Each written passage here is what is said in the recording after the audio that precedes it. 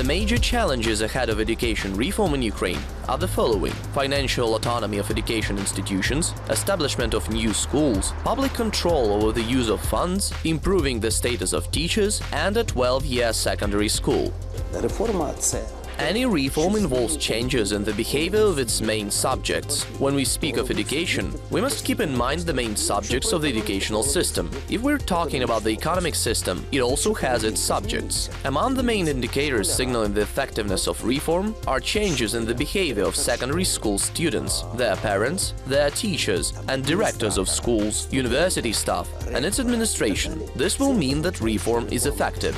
Reform of the Ukrainian education system began with reforming higher learning institutions. The Ukrainian parliament adopted the law on higher education in 2014. It focuses on the autonomy of universities. Nevertheless, not all higher learning institutions were ready for both staffing and financial autonomy. Over many years of the lack of funding for learning institutions and the absence of a connection between them and the labor market, the issue of the poor quality of higher education came to the fore. Students enter universities to earn a diploma, regardless of whether or not they gained the knowledge needed to start a career. Students are not interested in knowledge. For this reason, they are not demanding about the quality of the teaching staff and their qualifications. The teaching staff is overloaded. Due to long work hours, teachers cannot control the quality of education so that it meets the required standards. Because under Soviet standards, the time a teacher spent working depended on the number of students in the class. Jan Gerchinsky, a professor at the Warsaw Institute of Education Research, considers decentralization to be the most important element of education reform. In his view, decentralization must implement new mechanisms of education management to significantly raise the quality of the teaching and learning process. The above tools aim to make local governments independent and democratic bodies with their own budgets. They must be sovereign in terms of decision-making and be responsible for the sphere of education, Gerchinsky assures.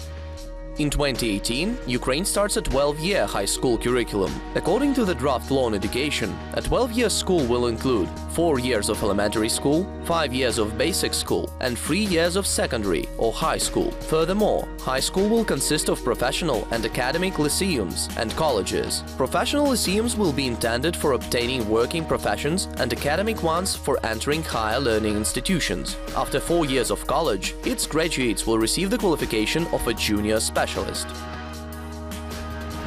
I put high expectations on this program. I have carefully examined the program New Ukrainian School, and it seems to me that the program factors in very many intelligent directions, proposals and actions. It focuses on the autonomy of school and fair financing. The above reform will result in a new state standard that will change requirements to the teaching and learning process. It will be a competency-based approach. Up until that, Ukrainian school envisaged that a pupil must memorize the school curriculum, and for this, they would be given high grades. Ultimately, our goal is to teach school students so they know how to apply their knowledge. A teacher must consider school students as his partner, but in no case whatsoever is it a vessel that can be filled with anything.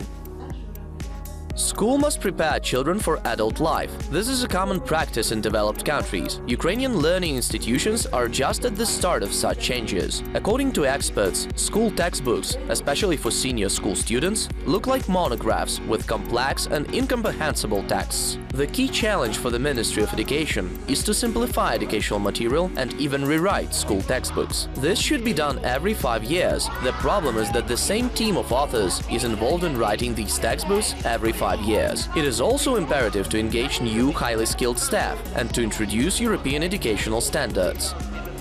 If to compare lessons in Ukrainian schools with those in German or Finnish schools, one can notice how different the students are, how much greater their personal freedom is, and how much more free space they are given for forming and developing their creativity.